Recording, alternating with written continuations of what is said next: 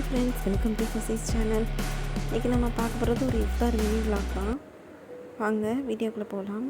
அதுக்கு முன்னாடி உங்களுக்கு யாருக்காவது தெரிஞ்சால் சொல்லுங்கள். என்னோடய நாட்டு மிளகாய் செடி வந்து ஃபுல்லாகவே காஞ்சி போச்சு. ஆனால் இந்த குண்டு மிளகான்னு சொல்லுவாங்கள்ல, அந்த மிளகாய் வந்து நல்லா தான் இருக்குது. அதே மாதிரி என்னோடய தக்காளியும் வந்து ஃபுல்லாகவே காஞ்சி போச்சு. ஒருவேளை இந்த சீசனுக்கு காஞ்சிருமா என்னன்னு தெரியல. உங்கள் யாருக்கும் தெரிஞ்சால் சொல்லுங்கள். இங்கே பாருங்கள், தக்காளி கம்ப்ளீட்டாக அந்த சைடு ஃபுல்லாக காஞ்சிட்டு இங்கே ஹனாக்குட்டி விளாண்டுக்கிட்டு இருந்தா. என்னை பார்த்தோன்னே ஓடி வந்துட்டா. வாங்க இப்போ வீட்டை க்ளீன் பண்ணிடலாம். ஏன்னா எனக்கு எப்போதுமே ஒரு வேலையை ஆரம்பிக்கிறதுக்கு முன்னாடி வீடு எல்லாம் க்ளீன் பண்ணால் மட்டும்தான் எனக்கு மைண்டு ஃப்ரீயாக ஒர்க் பண்ண முடியும். பாருங்கள், வீட்டை ஃபுல்லாக க்ளீன் பண்ணிவிட்டேன்.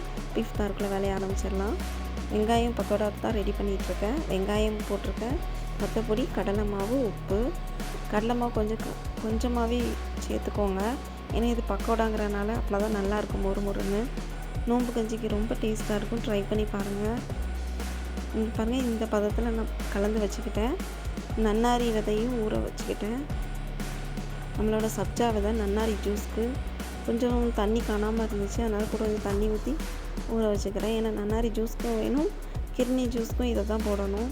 இப்போ நம்ம டீ போட ஆரம்பிச்சிடலாம். அது கொஞ்சம் வெந்நீர் சூடு பண்ணிவிட்டு அதில் பால் ஊற்றி பாலை கொதிக்க வச்சுக்கிறேன்.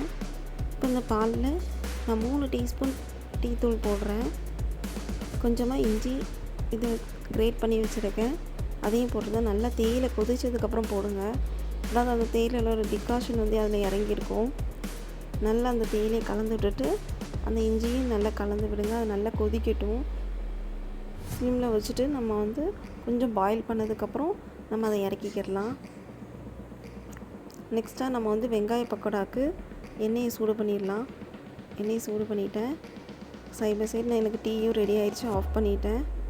வெங்காய பக்கோடா 1 by 1 போட்டுக்கிறேன். இது வந்து ஃபஸ்ட்டு எண்ணெய் சூடானதுக்கப்புறம் லோ ஃப்ளேமில் வச்சுருங்க. ஏன்னா பக்கோடா சீக்கிரமாக கரிஞ்சிடும். இந்த 1 சைடு வெந்துருச்சு, அடுத்த சைடு வெந்ததுக்கப்புறம் எடுத்து வச்சுட்டேன். இதே மாதிரி எல்லா பக்கோடாவும் எடுத்து போட்டு வச்சுக்கிடலாம். நெக்ஸ்ட்டு கிர்னி ஜூஸ் போட்டுடலாம். அதுக்கு கிர்னியை பாதியை வெட்டிட்டு ஒரு பாதியை எடுத்து ஃப்ரிட்ஜில் வச்சுட்டேன். இன்னொரு பாதி கொஞ்சத்தை ஜூஸ்க்கும் கொஞ்சத்தை அப்படியே சாப்பிட்றதுக்கும் வச்சுருக்கேன். பப்பாளி கொஞ்சம் வெட்டி வச்சுட்டேன். நம்மளோட ஃப்ரூட்ஸ் இதெல்லாம் முடிஞ்சிருச்சு. கிர்னி ஜூஸ் போடுறதுக்கு அதை கிர்னி எடுத்து வச்சுட்டேன். பக்கோடாவும் ரெடி ஆயிடுச்சு. கொஞ்சம் வேலைகள் முடிஞ்சிருச்சு. இப்போ கிர்னி ஜூஸ் போட்டுடலாம்.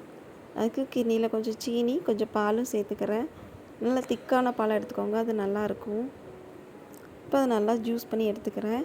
இது நியர்லி ஒரு 3 கப் கிட்ட வரும். நன்னாரி ஜூஸும் ரெடி பண்ணி வச்சாச்சு. தேங்க்யூ ஃபார் வாட்சிங் மை வீடியோ ஃப்ரெண்ட்ஸ்.